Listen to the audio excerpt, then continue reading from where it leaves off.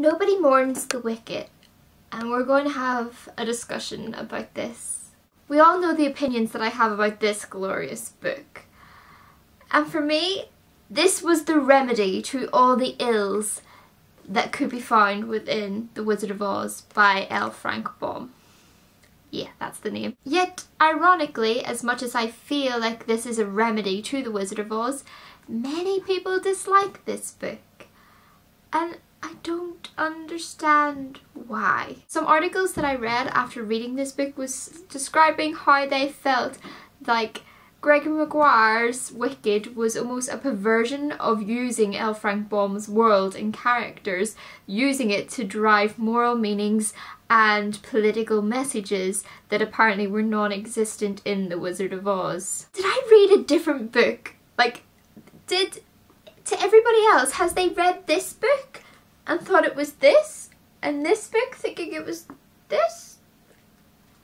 I'm confused. As I have discussed in a previous video, slash should I say ranting, which I will put here, Wizard of Oz is driven and has many undertones of moral meanings and teachings that are arguably quite questionable. This, however, is important, it is human, it is real, and is what makes it beautiful on every level. As I have ranted about many times, this theory of what I kind of see as the borderlines between good and evil are not always so clear cut. And the idea that we can neatly pack off evil and good into neatly segregated areas of their own can only lead to oversimplification.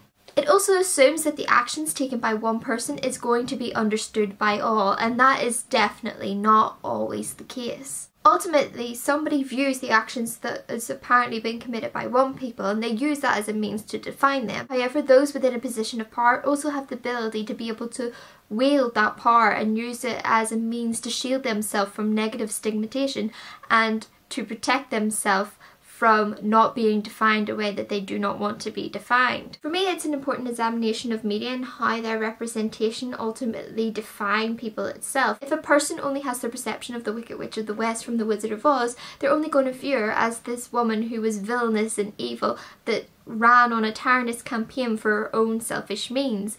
And they're never going to meet Elphaba. They're never going to meet the woman who had such a complex and tough life, and how those layers made her, and how she was loved, and how she loved, and how she genuinely cared about things that made her take actions that arguably were perhaps questionable, but they were driven for a good means to her, and what she was perceived as she was doing was ultimately for a greater good. However, how we are represented is ultimately how we are defined. But as I've said many times, life is not so simply delineated into good and evil. It is multi-layered, it is complex, and that is what makes it so colourful and so beautiful. Wouldn't it be boring if everything was just in black and white?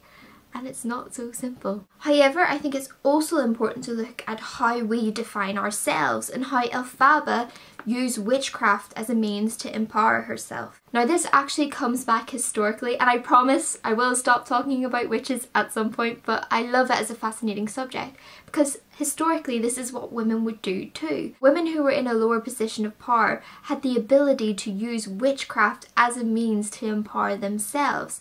To be able to incite fear within their neighbours, they were able to gain, be it respect or be it driven by fear, that almost became a way for protection of themselves, or to gain where ultimately they would not be able to gain in any other means. Therefore, in this position, Elphaba was at a lower position and didn't have the power herself to make change, but if she could wield witchcraft and use that as a fear tactic that would ultimately either gain a respect or gain the fear that she could then herself wield as a power. Because if you read this book, ultimately you do know that this idea of this witch is not the same construct in this. It's not the same idea of a witch. But it became a means of power for her that she chose to adopt being a witch herself. I will stop ranting now. Hopefully this is okay. I just have many feelings about it. So definitely go read it and experience the beautifulness of it. And don't be so simplistic about the world, people. It is beautiful, it is complex, and